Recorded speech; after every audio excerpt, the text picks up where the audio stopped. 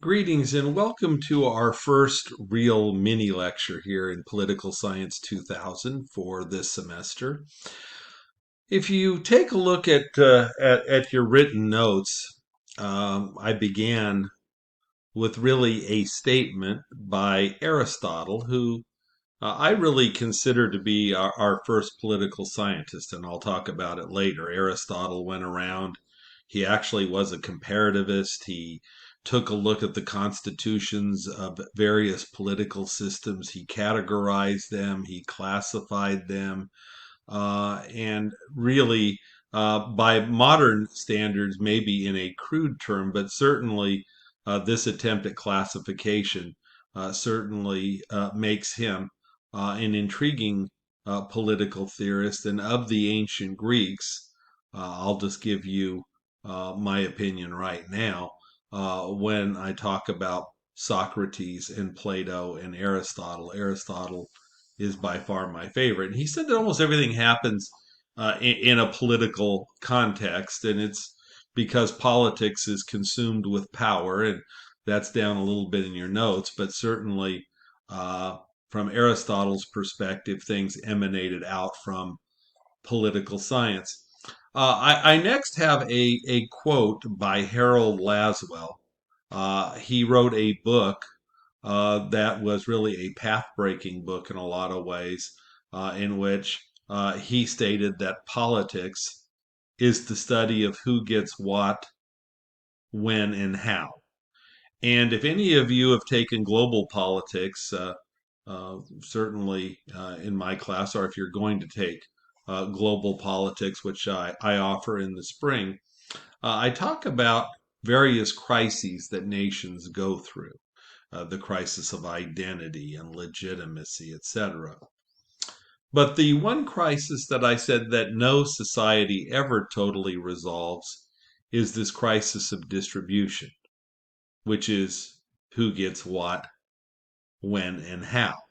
Because in every political system, there are more demands than there is an ability to support those demands. And so politics is, in many ways, a struggle for scarce resources, and how those battles are waged and how they are adjudicated and resolved is kind of at the heart of politics. And so, if you take that notion of politics being the study of who gets what, when, and how, and put several stars there, the quote by Laswell is one that I often ask on the first exam. I think it really gets to the heart of political science in many ways. And essentially, what Laswell is saying is that in his mind, political science is about seeking to understand the relationship between individuals and political institutions. And we have links to political institutions in a whole variety of ways. For example, I'm a member of an interest group called AAA. AAA has a lobbyist that attempts uh, to get insurance reform or a variety of things related to highway funding dollars and a variety of things. And so my AAA lobbyist links me as an individual to a political institution, in this case, the California state legislature. There are other linkage institutions. Another one besides interest groups are political parties. Political parties are a lot like interest groups.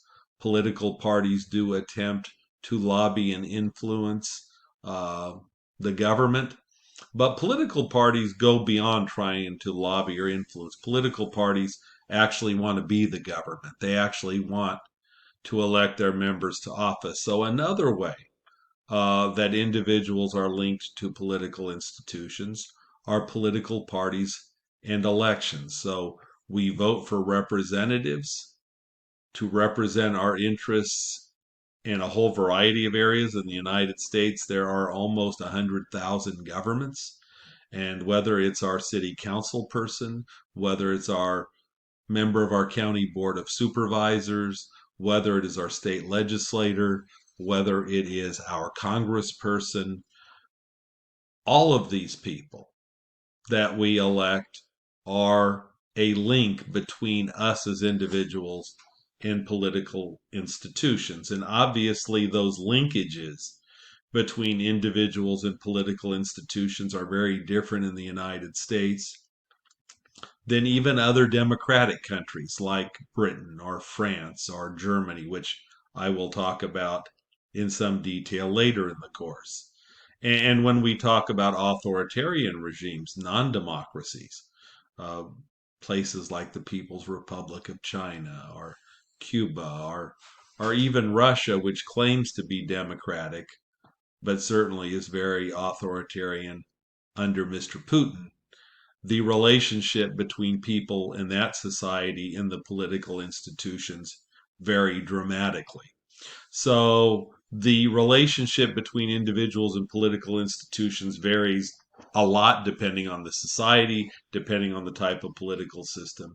And obviously, political scientists are interested in how these relationships vary depending on the type of society that we are talking about. And of course, your book talks about the notion of political socialization. It goes beyond the actual relationship between individuals and institutions. Depending on the society in which we live, political socialization is the process by which people's attitudes and values are shaped. And that also varies from society to society. In the United States, political attitudes are largely learned initially uh, from the family. We often are strongly influenced by our parents or grandparents or others, and that initial socialization within the family is very strong. In France, that relationship is much more detached. In survey research, and I'm stealing from Converse and Depot here, many French children aren't even aware of, for example, their father's political leanings, whether he's conservative or liberal. So, certainly, the political socialization in France is very, very different than in, say, the United States. So, there's that little introduction. Put several stars here, and I even have it capitalized in your notes for emphasis. Political science is the study of power. Power. And in my world, power is a behavior.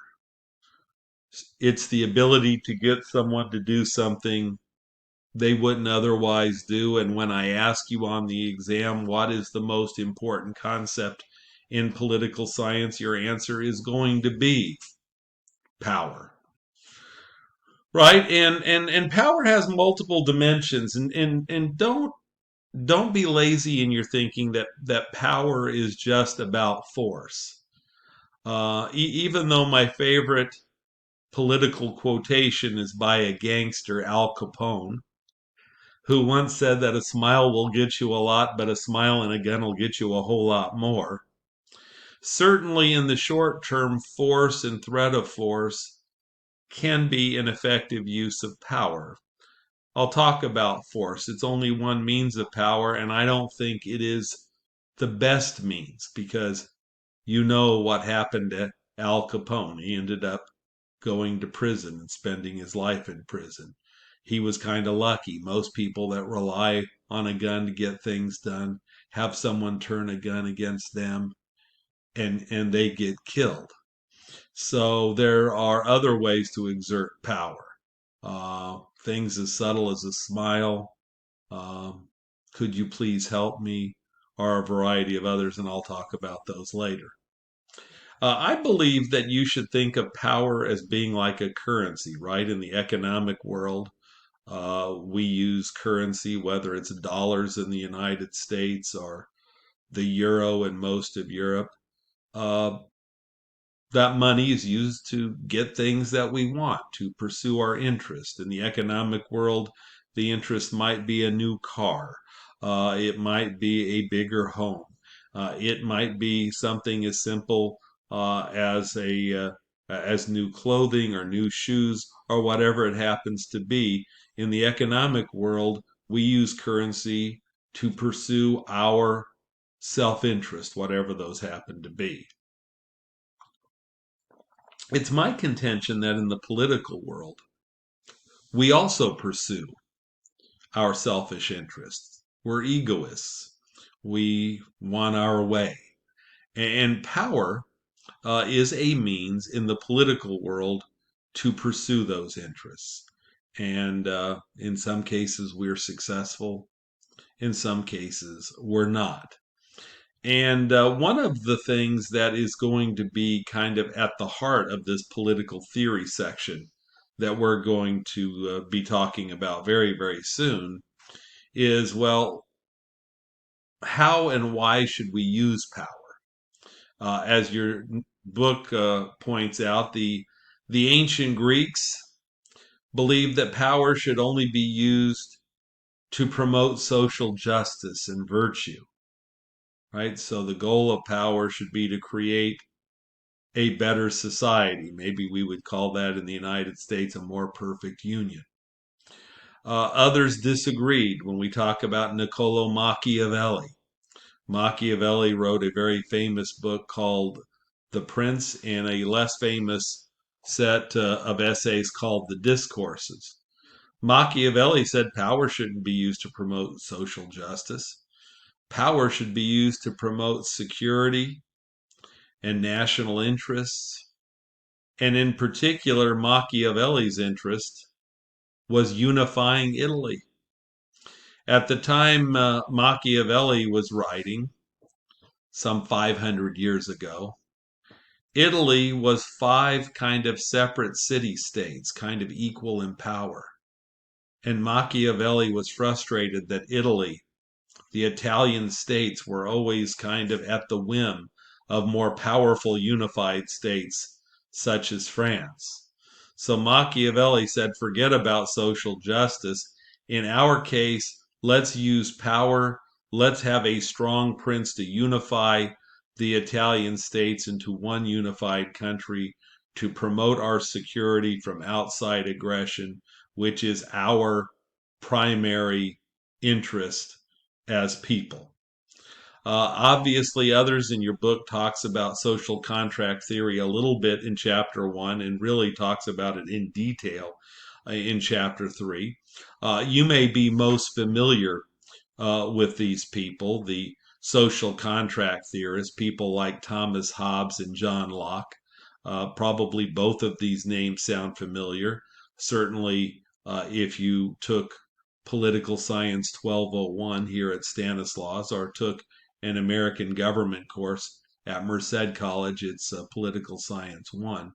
The social contract theorists argue that in this particular case, governments are created by the people, that people empower the government in this case.